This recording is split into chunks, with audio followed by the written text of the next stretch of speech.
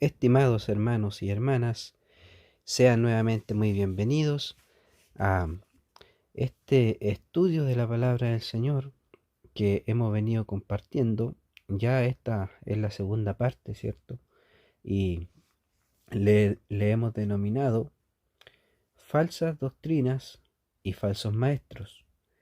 Eh, Queremos, ¿cierto?, indagar en el libro del apóstol San Judas, que nos relata, ¿cierto?, ciertas características de estos falsos maestros, ¿cierto? Y cómo falsifican la doctrina de nuestro Señor Jesucristo, o más bien, ¿cierto?, cómo la intentan distorsionar, cómo se desvían, ¿cierto?, de la sana doctrina, y juntamente con sus desviaciones, ¿cierto?, desvían al pueblo de Dios. Ese es el objetivo de Satanás, ¿cierto? A través de la utilización de los falsos maestros.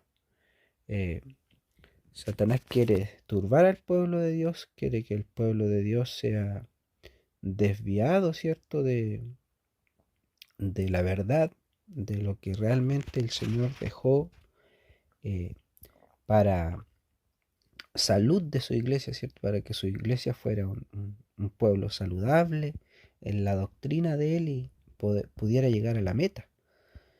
Así que bien, vamos a retomar este tema y ya nos vamos a adentrar en el texto de esta carta del apóstol San Judas, que trae muchas citas, ¿cierto?, del Antiguo Testamento, pero cada una de las citas que el apóstol hace, a nosotros nos van dando ciertos relatos de acontecimientos que sucedieron en la antigüedad y que daban también cierto, o respaldan, cierto, lo que este apóstol dice en cuanto a lo que es caer en una falsa doctrina y las consecuencias que esto trae para el pueblo de Dios. Así que vamos a leer en el versículo 3 y dice: Amados, por la gran solicitud que tenía de escribiros acerca de nuestra común salvación. Noten, hermanos, que lo que está en juego aquí es la salvación de la iglesia. Es por este motivo que el apóstol Judas escribe esta carta. O sea, nada más y nada menos que la salvación está en riesgo, hermano, con esta falsa doctrina y estos falsos maestros. Me ha sido necesario escribiros exhortándoos que contendáis ardientemente por la fe que ha sido una vez dada a los santos. Veamos, hermanos, que nuevamente este apóstol hace referencia que la fe que ha sido dada a la iglesia, ¿cierto?, ha sido dada una sola vez. No hay otra enseñanza, no hay otra doctrina, hermano, que respalde la fe que tiene la iglesia, sino que la que fue dada por los apóstoles del Señor, por sus testigos. Y eso fue dado una sola vez, y desde eso nosotros no nos vamos a mover para, cierto, construir la iglesia del Señor, para que la iglesia del Señor se fundamente y avance en el camino del Señor. Y el apóstol dice que nos exhorta a que contendamos, hermano, contendamos ardientemente, dice, por la fe. Eso quiere decir, hermanos, que nosotros necesitamos, ¿cierto?, enfrentar estos, estas falsas doctrinas, ¿cierto?, o desviaciones de la palabra de Dios, y necesitamos enfrentar, ¿cierto?, con el Espíritu de Dios, ¿cierto?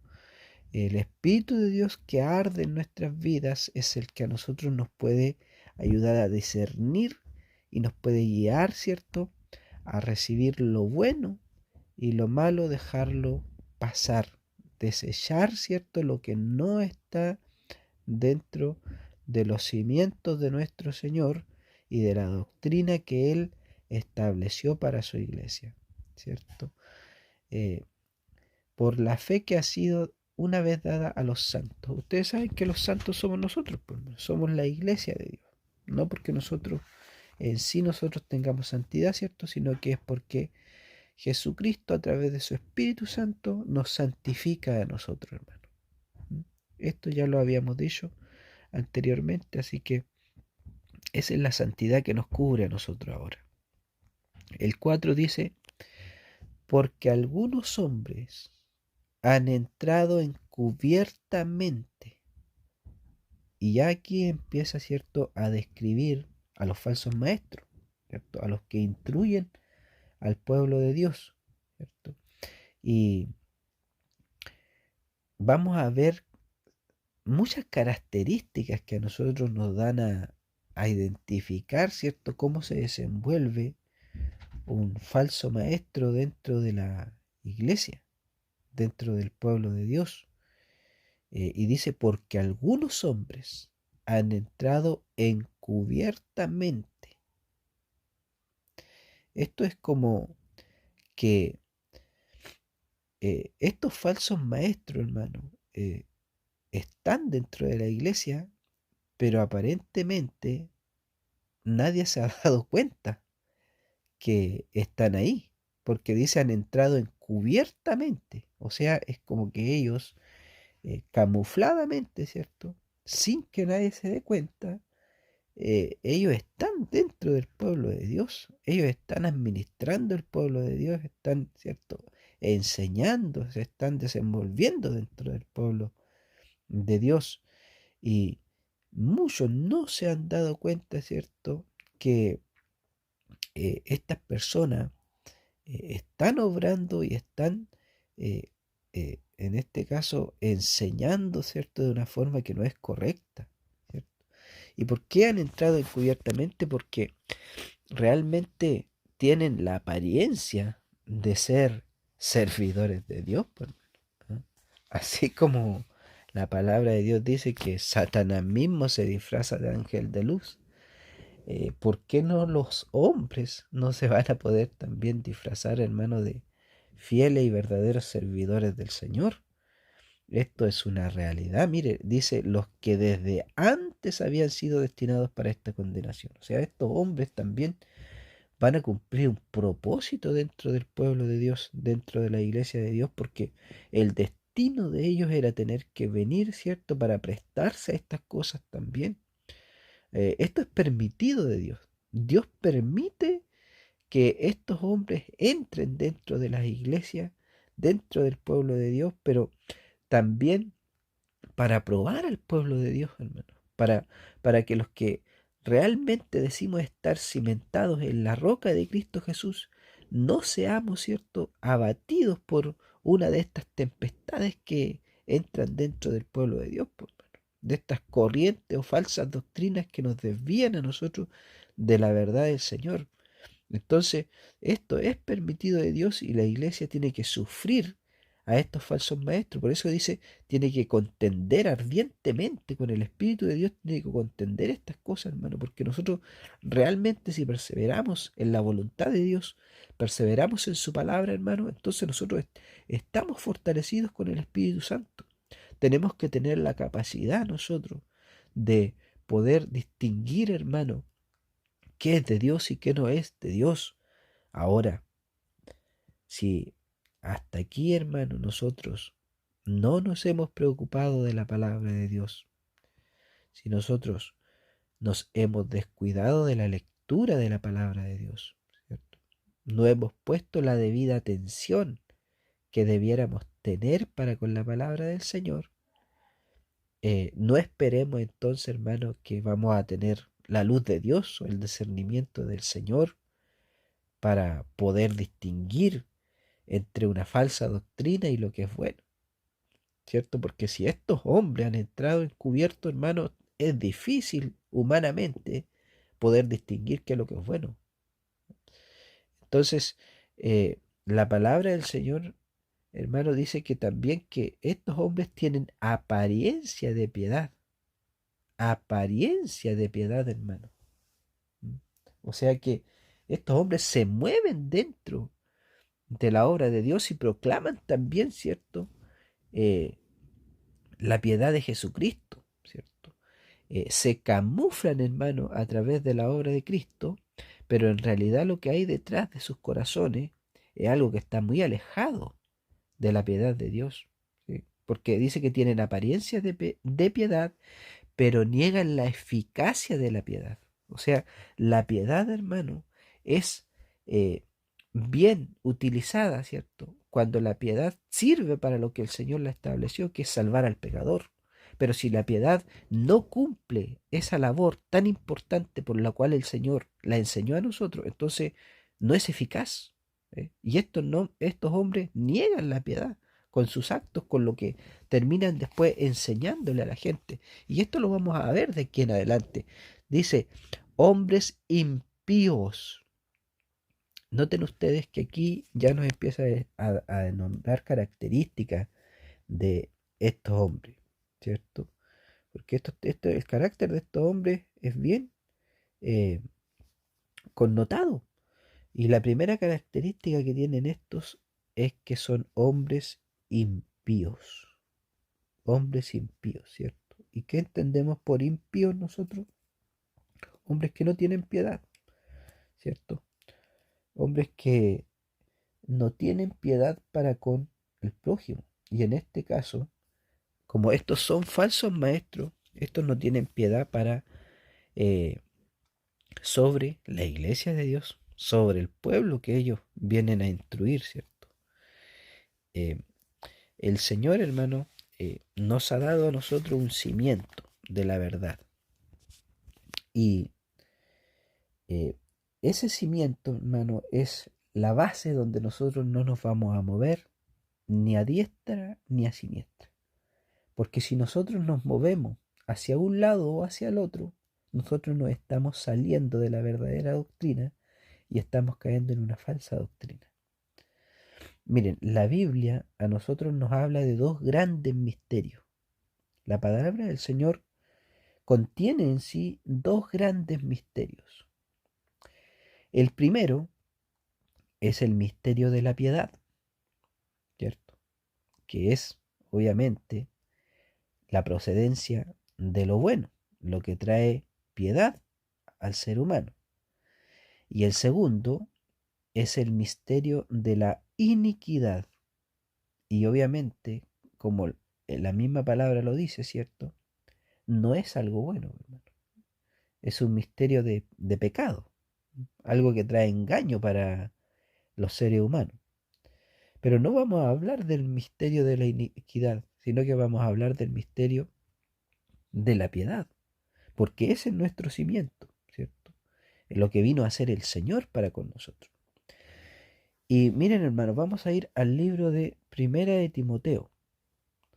Vamos a ir a Primera de Timoteo en el capítulo 3 y en el versículo 16. Y aquí, miren, nosotros nos encontramos un mensaje que tiene por título El misterio de la piedad. Pero el versículo 16 dice, e indiscutiblemente grande es el misterio de la piedad.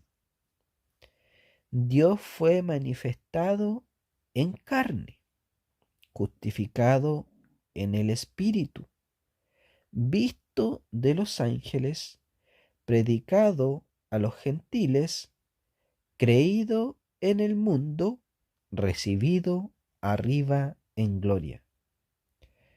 Entonces el apóstol le está diciendo, ¿cierto?, a Timoteo, a este siervo del Señor, que es indiscutiblemente grande, ¿cierto? Es el misterio de la piedad. Es indiscutible y es grande el misterio de la piedad, ¿cierto?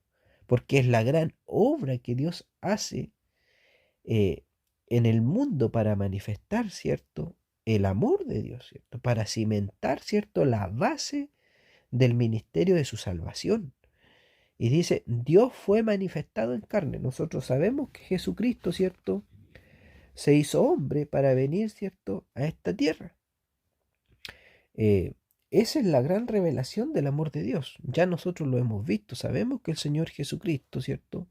O el Dios mismo se hace carne ahora y viene, ¿cierto?, a manifestarse entre nosotros, con un propósito, con un objetivo. Dice que es justificado en el Espíritu. ¿Por qué? Porque el Señor Jesucristo cargó sobre sí todos los pecados de la humanidad. Así dice la palabra del Señor. Dios mío, ¿por qué me has abandonado? Y es porque yo cargo el pecado de la humanidad, ¿cierto? Jesucristo, Él no conoció pecado, porque Él fue un hombre santo, ¿cierto? Él logró cumplir la ley de Dios y vivir una vida, ¿cierto? Apartado de pecado. Pero sin embargo, Él cargó los pecados de otro en sí mismo, en su cuerpo. Entonces, hermano, nosotros decimos, claro, el Señor no tuvo pecado, Él no cometió pecado, pero sin embargo sí cargó los de nosotros. Sin embargo, sí llevó todo el resto del pecado de los que no podían, ¿cierto? Eh, Vivir una vida santa y vencer el pecado, ¿cierto? Sino que necesitaban de otro sacrificio que pagara por ellos, que diera la remisión al pecado de ellos. Entonces, el Señor carga todos los pecados ajenos, ¿cierto?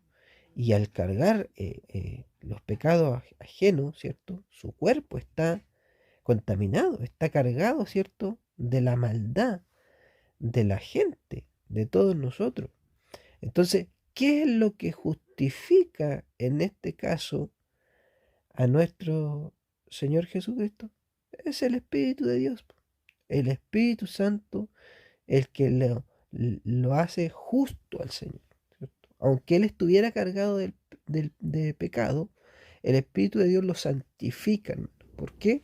Porque Él, ¿cierto?, era el que cargaba todos los pecados y el que limpiaba, ¿cierto?, al mundo entero de toda la maldad. Esta es la obra de Dios, este es el misterio de la vida. Entonces, el Señor viene, nace en carne, vive su vida libre de pecado, pero sin embargo llega el momento en que camina a la cruz, carga el pecado del mundo y muere cargando el pecado, para que el pecado del mundo muera juntamente con él, ¿cierto? Pero, posteriormente a esto, el Señor es vuelto a la vida. Él es resucitado a la vida. ¿Por qué? Porque Él, a pesar de haber muerto, Él no era digno de muerte.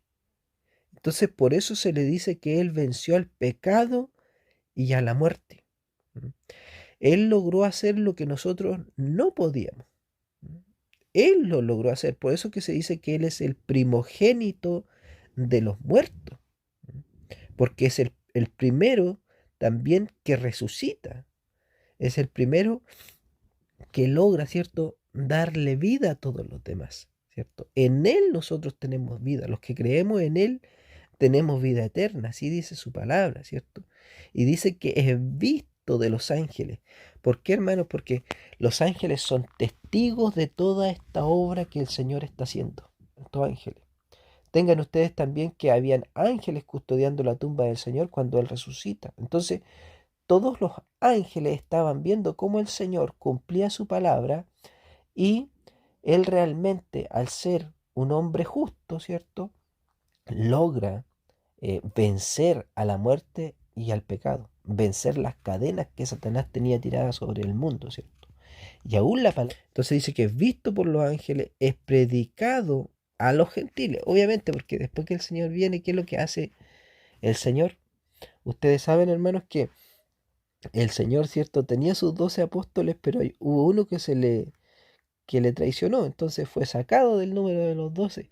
Posteriormente la palabra del Señor nos dice que los 11 que quedaron ellos mismos, ¿cierto?, dijeron, es necesario que repongamos el lugar de este Judas Iscariote que traicionó al Señor y que ya no está, y que busquemos un hombre que sea apto para ocupar este lugar.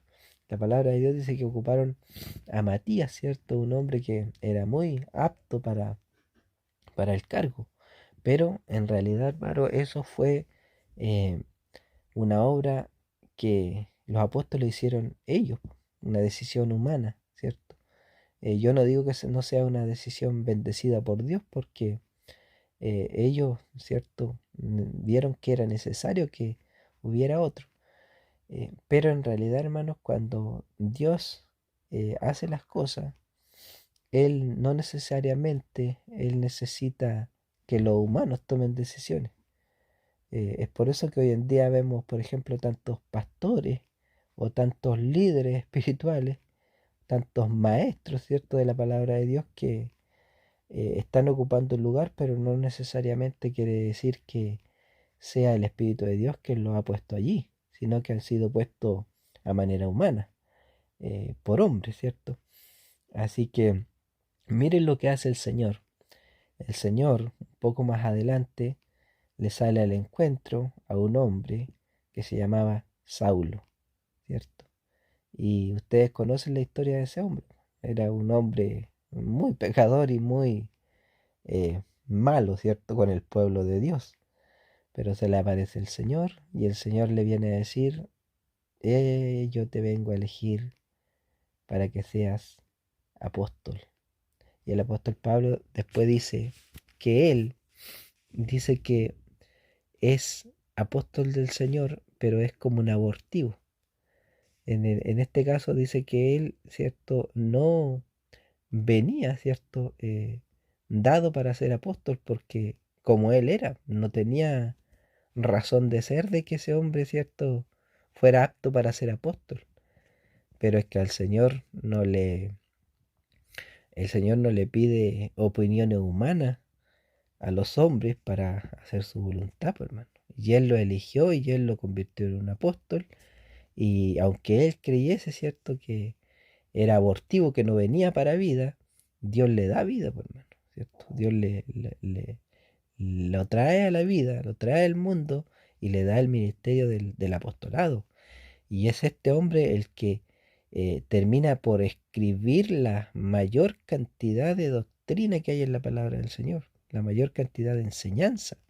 Este es el hombre que valientemente entiende primero que el Evangelio no solamente era para los judíos, sino que también era para todo el mundo. Entonces por eso aquí la palabra de Dios dice, predicado a los gentiles. Pero el Señor encomienda a Pablo a predicar el Evangelio a los gentiles. Y posteriormente todos los apóstoles también lo hacen, pero Pablo es el que lo hace eh, como un misionero, ¿cierto? Como primeramente eh, con valentía, ¿cierto? Se enfrenta, o sea, le toca, ¿cierto? Hasta enfrentarse a su propio pueblo para tener que llevar el Evangelio a los gentiles con mucha padecencia delante del Señor, con muchas pruebas, muchas luchas, muchas dificultades, muchas penurias. Este hombre es sufrido por la causa de Dios, pero el Señor lo eligió para esto.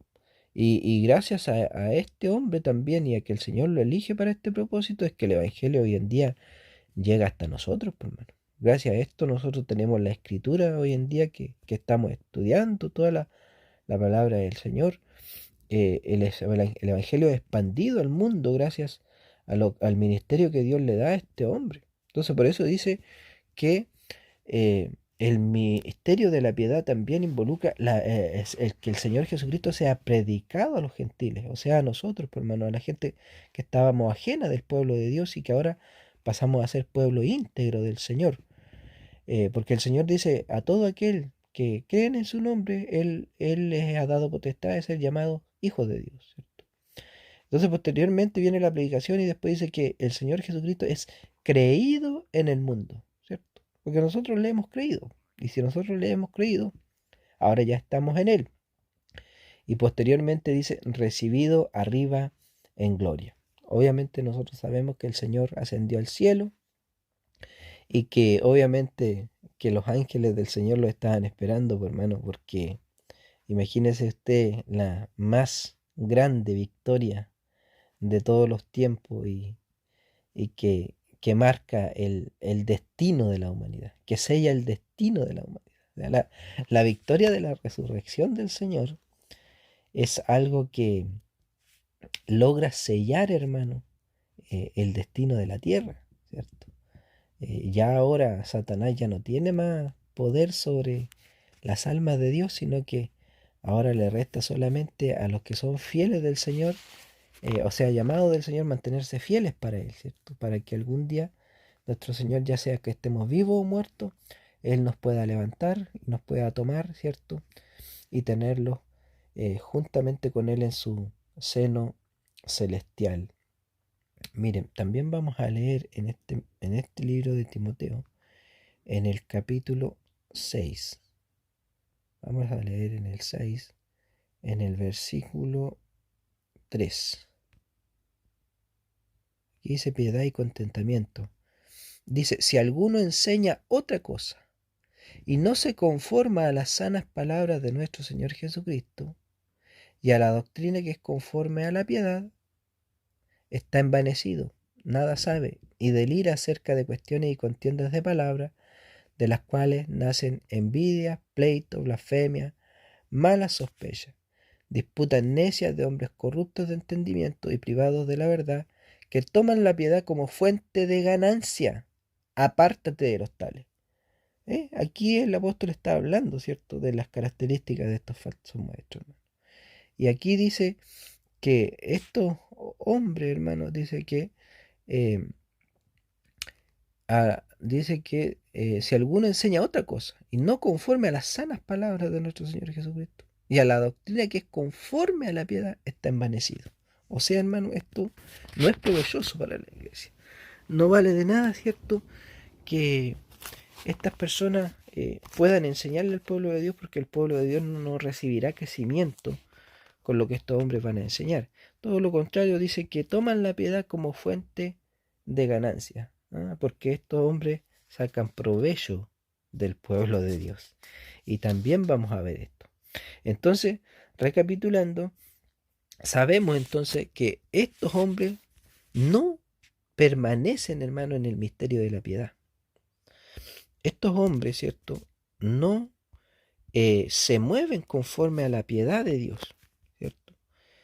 Siempre están desviándose, hermano, de la verdadera enseñanza. Ahora el Señor, entonces, Él instruye a su iglesia con su verdadera doctrina, ¿cierto?, para que se mueva conforme a la piedad de lo que es la salvación que el Señor nos otorga a través de su muerte. Pero estos falsos maestros ahora vienen a desviar al pueblo de esta doctrina. Entonces volvemos a leer y dice, eh, porque algunos hombres han entrado encubiertamente, los que desde antes habían sido destinados para esta condenación, hombres impíos, dijimos que esta era la primera característica, que convierten en libertinaje la gracia de nuestro Dios y niegan a Dios el único soberano y a nuestro Señor Jesucristo. Miren, hermanos, noten que hay dos características. Una es que estos hombres son impíos, o sea que niegan la piedad de parte de Dios. Nosotros, como siervos de Dios, nosotros siempre debemos estar, ¿cierto?, transmitiendo la piedad de Dios para los pecadores, ¿cierto?, anunciando que Jesucristo murió por ellos y que si ellos creen en Él, ellos tienen vida eterna, que Dios perdona, ¿cierto?, al más vil pecador. Ese es el misterio de la piedad. Pero eh, también, ¿cierto?, el Señor a nosotros nos instruye a que tenemos que también advertir al pecador, que si el pecador no se arrepiente, ¿cierto?, si el pecador no quiere creer en Cristo Jesús, ciertamente también recibirá condenación, porque solamente hay dos caminos, el camino de la salvación y el camino de la condenación. Está la vida eterna y está la muerte eterna. Solamente son dos opciones, no hay, ¿cierto?, otro camino. Entonces, eh, es necesario que exista un equilibrio entre los maestros, ¿cierto?, entre los predicadores que exponen el nombre de Cristo, ¿cierto?, a la iglesia o, o al mundo pecador, ¿cierto?, haya un equilibrio en la sana doctrina de Dios, hermano. Que no se le cierre la puerta al pecador, ¿cierto?, negándole la entrada al perdón de Dios, pero que tampoco se convierta en libertinaje la gracia de Dios. Porque hay iglesias también que han caído en el libertinaje. Y esta es otra característica, la segunda característica que tienen los falsos maestros, que convierten en libertinaje la gracia de Dios. Entonces, nosotros sabemos, hermano, que Dios quiere que nosotros seamos libres en Él. El Señor vino a traernos libertad.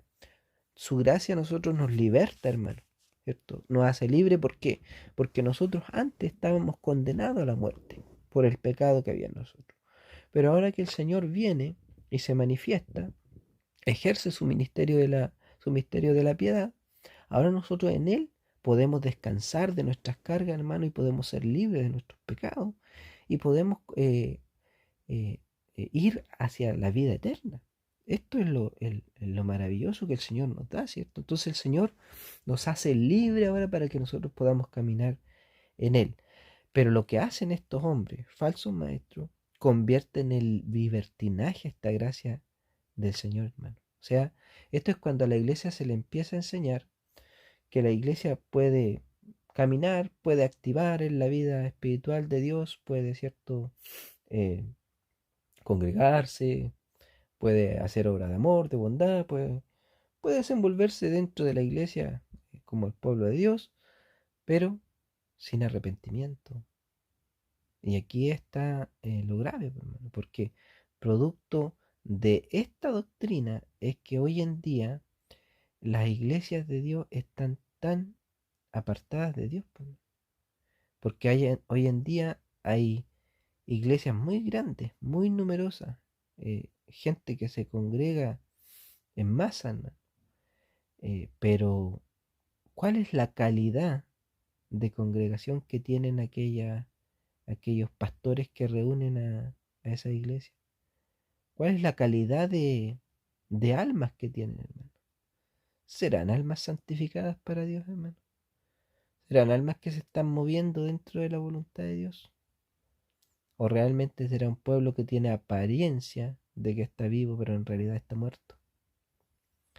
Eh, y sabe que hay una cantidad de malas doctrinas, de desviaciones de la palabra de Dios, por ejemplo, cuando se empieza a caer en este error. Y la gente empieza ya, ¿cierto?, a caminar dentro del Evangelio, pero no por los motivos eh, principales por los cuales Dios instituyó a su iglesia, los cuales son predicar el Evangelio, ¿cierto? Los cuales son desenvolverse mediante la gracia del Señor, ir en pos de la búsqueda de los pecadores. eh, la iglesia pierde, ¿cierto?, esa esencia para lo cual fue instruida. El Espíritu de Dios comienza a abandonar a la gente y se obtiene como resultado un pueblo completamente carnal, humano, desprivado del poder del Espíritu Santo, ¿cierto? Que va y viene y camina en pos de una religión, pero sin el Espíritu. Ese es el resultado de convertir en libertinaje la gracia de Dios. Entonces, aquí otra característica de lo que hacen los falsos maestros. El Señor quiere que nosotros permanezcamos en el centro de su doctrina, hermano. Porque si nosotros nos desviamos a un lado o al otro, entonces nosotros vamos a ser presa de Satanás. Si bien es cierto, el Señor quiere, cierto, que nosotros anunciemos la piedad de Él, que nosotros tengamos la puerta abierta para los pecadores, para que puedan entrar por la puerta de la salvación. Dios no quiere que nosotros condenemos, hermano, a los pecadores. Y eso también lo vamos a ver en este libro, porque ni siquiera Él ha condenado a alguien eh, en este momento, porque la condenación se lleva a cabo el día del juicio. Ahí es cuando se le asigna la condena al pecador y el Señor entonces le dará la paga del pecado, ¿cierto? Al que no quiso perseverar en él, al que le despreció a él, ¿cierto? Y al que sí, al que haya sido, ¿cierto?, fiel a él, le dará también su premio, el premio de la salvación. Pero eso le corresponde hacerlo a él, hermano. Nosotros no estamos puestos en este momento para cerrar la puerta a alguna persona o a algún hermano dentro de la iglesia. Aunque el hermano sea como sea, El Señor a nosotros nos demanda, ¿cierto? Su doctrina, su base nos dice amarlos unos a los otros. Eso es, y no hay nada más que eso. Nosotros nos podemos mover de ahí, ¿cierto?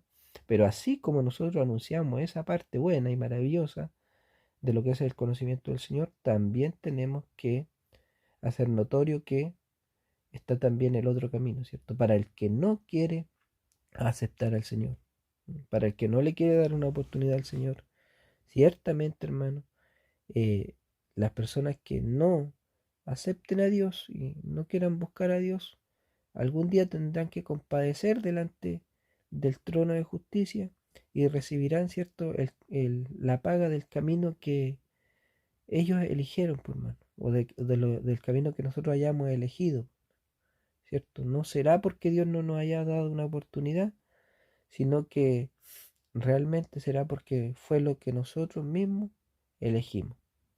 Entonces es necesario que haya un equilibrio perfecto, hermano, dentro de nosotros. Porque si nosotros no, nos movemos a un lado, como lo hacen estos falsos maestros, a uno o a otro lado de la sana doctrina, entonces nosotros estaremos negando a Dios.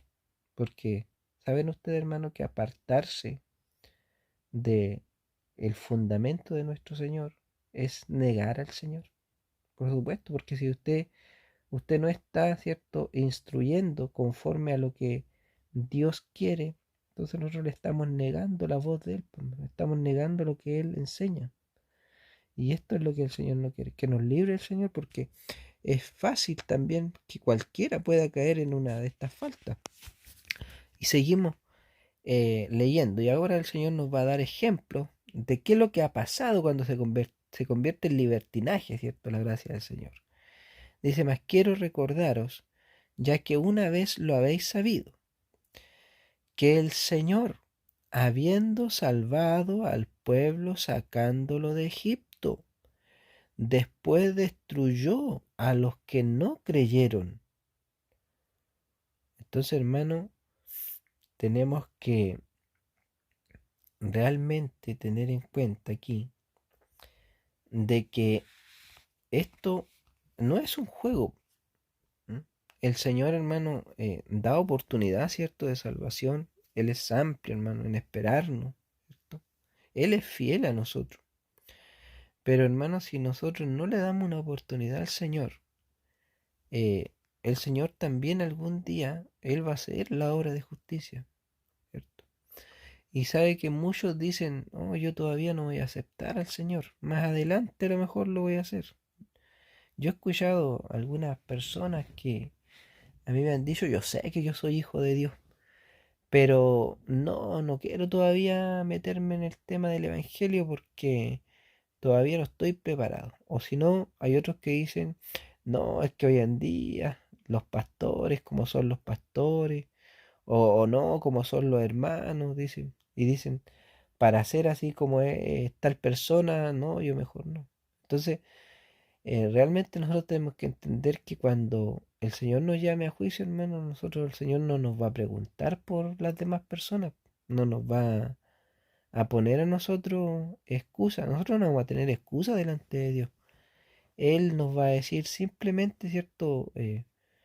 Por tu obra tú vas a ser juzgado, ¿cierto? Y el Señor nos va a decir, te di bastante tiempo para que me aceptaras, pero tú no quisiste.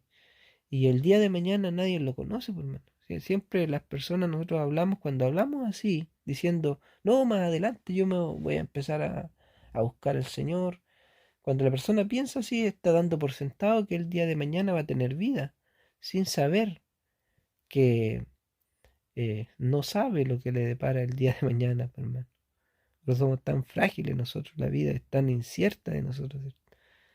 Entonces, hoy es el día para que nosotros estemos a cuenta con el Señor, para que le demos la oportunidad a Dios de entrar en nuestras vidas.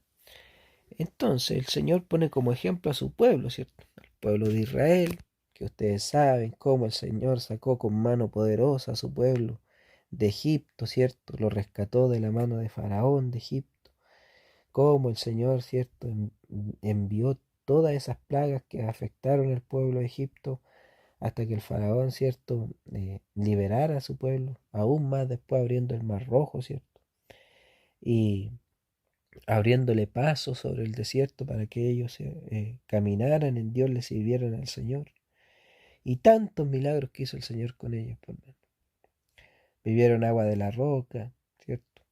Nube de fuego en el día les seguía y, o sea, en la noche y en el día nube, ¿cierto? Que le hacía sombra. Comieron el maná, el pancito espiritual, ese pancito que caía del cielo, fueron alimentados, hasta carne le dio el Señor.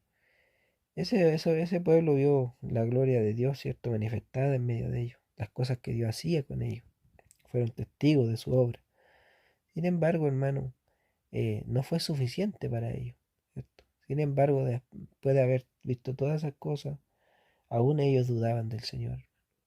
Llegó el momento que el Señor se cansó de ellos y dijo, esta generación no entrará en la tierra que yo le he prometido dar a su antepasado. Y fue así, pues, hermano. Esta generación pereció en el desierto, ¿cierto? Y fue la generación que venía, fueron los hijos de ellos, que en los cuales Dios halló gracia y a aquellos Dios lo hizo entrar y tomar la tierra de la mano de Josué. Entonces, hermano, nosotros tenemos que tener esto como ejemplo. O sea, un pueblo que Dios tanto amó, pero el pueblo fue infiel con Dios y Dios también se cansó. Y lo mismo Dios va a tener que hacer con nosotros, pues, hermano. Si nosotros no realmente tomamos un compromiso fiel con el Señor, entonces el Señor también un día se va a cansar con nosotros. Un día Él nos va a llamar a juicio y Él tal vez no los va a encontrar aptos, pues, hermano. Y nos va a pasar lo mismo que a este pueblo de Israel.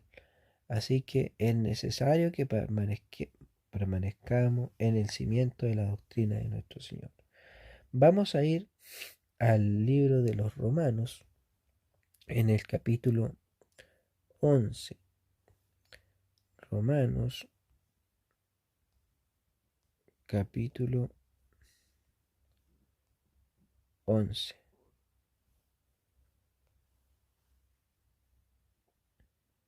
Y el versículo 22. Y el Señor dice, viene hablando aquí, el apóstol viene diciendo esto mismo que estábamos hablando, cómo el Señor, ¿cierto?, destruye después a esta generación que fue infiel a Él. Y Él dice, mira pues la bondad y la severidad de Dios. La severidad ciertamente para los que cayeron, pero la bondad para contigo, si permaneces en esa bondad. Pues de otra manera tú también serás cortado. Aquí el apóstol en los versículos anteriores viene hablando, ¿cierto?, de cómo su pueblo no recibió al Señor y cómo el Señor desechó a su pueblo, al pueblo de Israel, ¿cierto? Porque la palabra de Dios dice que el Señor a los suyos vino, pero los suyos no le recibieron, ¿cierto? Por lo tanto, nosotros que sí hemos creído en Él, Él nos ha dado el lugar de su pueblo, ¿cierto? De su pueblo escogido que Él tenía, lo hemos tomado nosotros, hermano. Nosotros somos su pueblo ahora, ¿cierto? Pero nosotros tenemos que ver, ¿cierto?, la bondad del Señor que ha tenido con nosotros, pero no tenemos que olvidarnos de la severidad que Él también tuvo con su pueblo.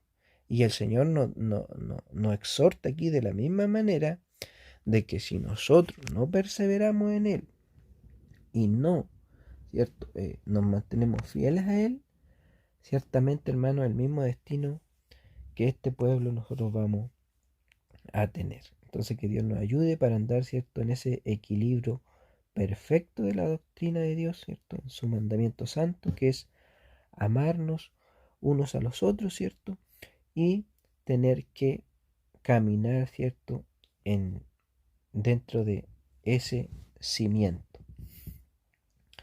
Y bueno, vamos ahora a leer, volvemos al libro del apóstol Judas.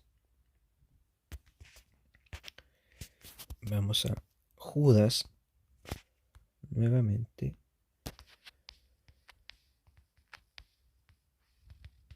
Y quedamos en el versículo 6. Y dice, y a los ángeles que no guardaron su dignidad, sino que abandonaron su propia morada, los ha guardado bajo oscuridad en prisiones eternas para el juicio del gran día.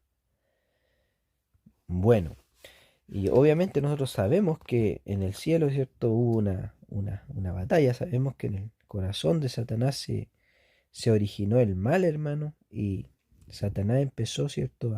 A, a hacer ciertas artimañas para tener que engañar a los demás ángeles también. Mire, esto nosotros lo vamos a ver. ¿Por qué vamos a echar en esto? Porque también el apóstol aquí lo está poniendo en ejemplo, hermano, de que si el Señor, hermano, no perdonó a sus propios ángeles, ¿cierto? Por haberle sido infiel a Él, por haber fallado a Él, ¿nos irá a perdonar a nosotros? El Señor también está poniendo este ejemplo, para que nosotros veamos, ¿cierto?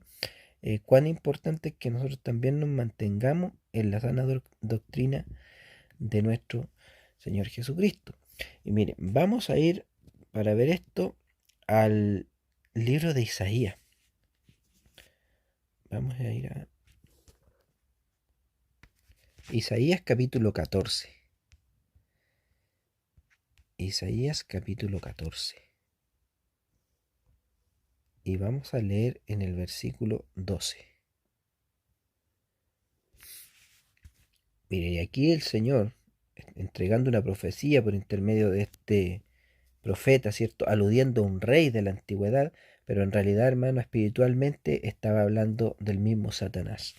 Y dice la palabra de Dios, dice, ¿cómo caíste del cielo, oh lucero, hijo de la mañana? Cortado fuiste por tierra, tú que debilitabas a las naciones. Ustedes saben que el lucero, ¿cierto? Hijo de la mañana es una alusión a Satanás, a uno de los principales ángeles que Dios había creado. Y la palabra de Dios dice que fue cortado por tierra, o sea, fue echado, ¿cierto? De el cielo, hermano. Le dice, tú que debilitabas a las naciones. ¿Recuerdan que habíamos dicho nosotros que los ángeles de Dios están divididos por naciones también en el reino de celestial? Ya que son tantos, hermanos. Por eso que se le llama al Señor, se le llama Jehová de los ejércitos. Eso quiere decir que Él tiene muchos ejércitos. Y mire, dice eh, que este ángel, ¿cierto? Este lucero dice que debilitaba a las naciones, hermano. ¿Por qué las debilitaba?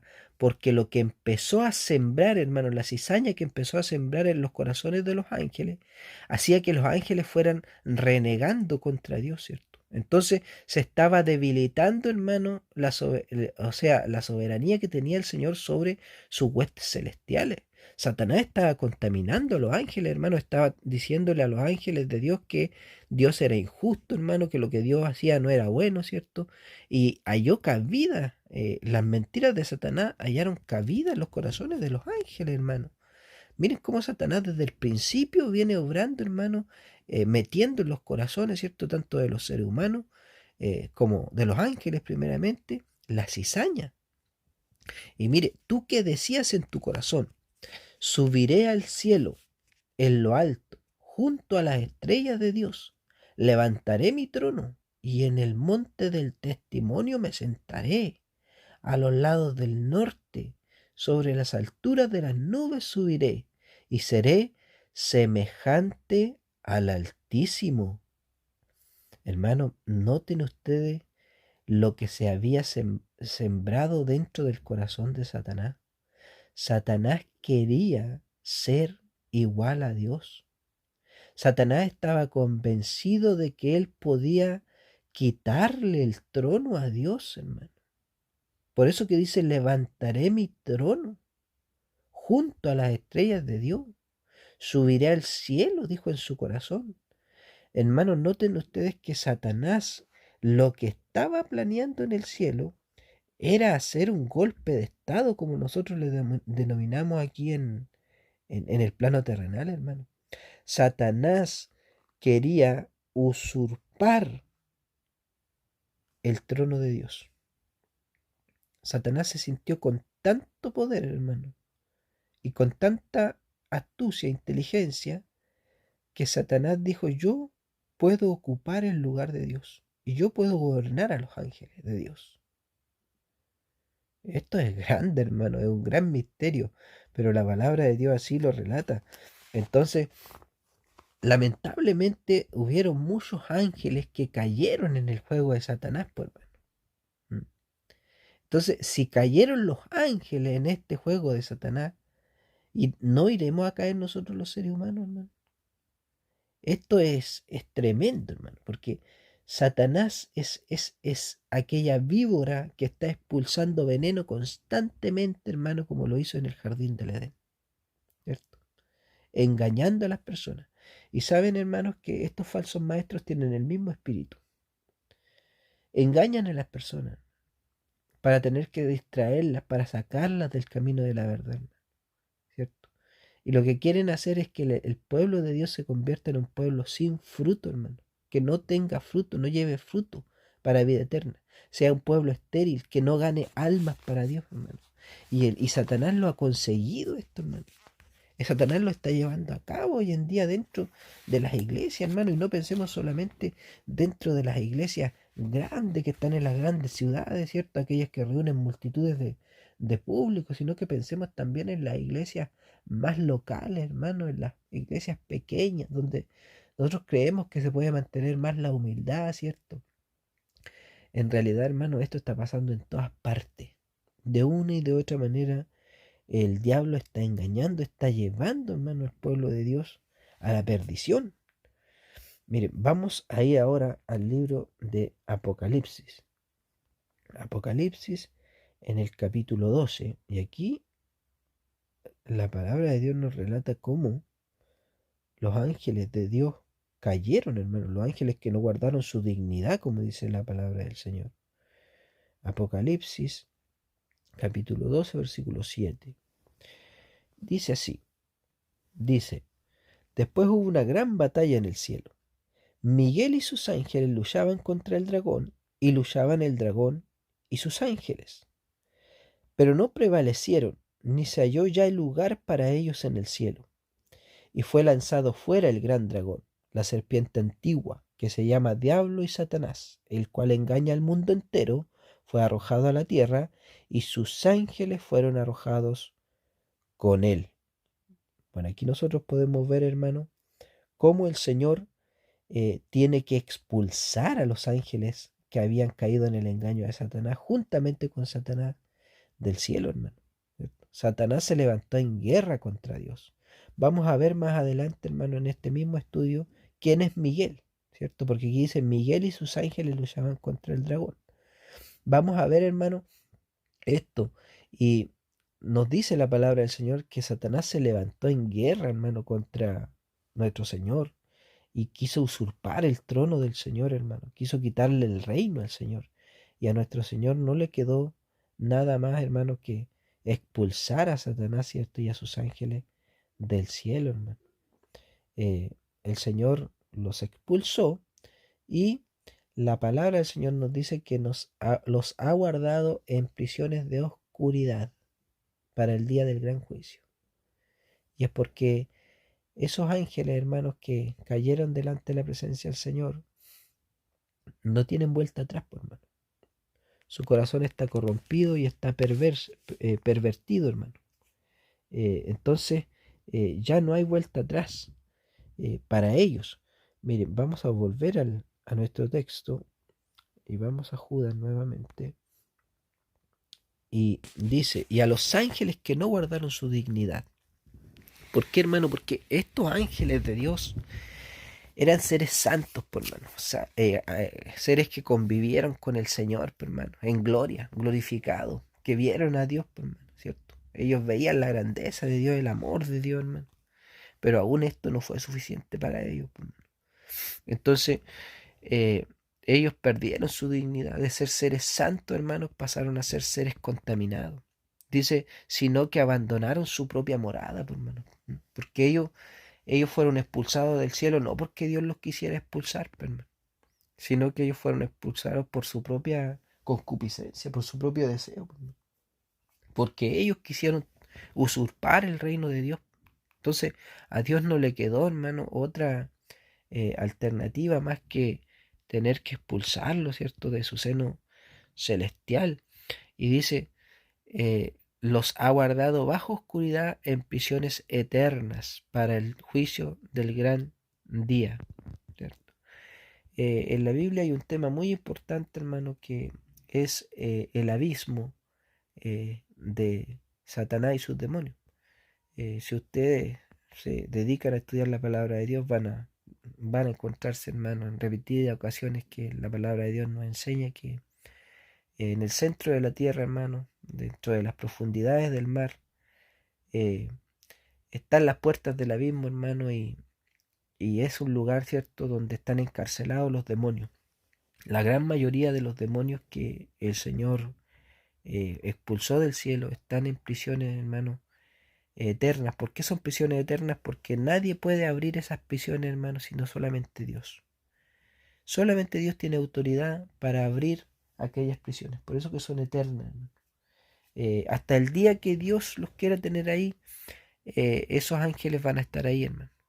Y en el momento que Él anuncie el juicio, llegue el día del juicio, Dios los va a sacar, pero los va a llamar a juicio. Y la palabra de Dios ya nos ha dicho, ¿cierto?, que todos esos espíritus inmundos, juntamente con Satanás, hermano, y todos los pecadores, van a ser arrojados al lago de fuego que arde con fuego y azufre, hermano, para pagar, ¿cierto?, la condena, para pagar el castigo, ¿cierto?, de no haber querido, ¿cierto?, considerar el amor y la piedad del Señor.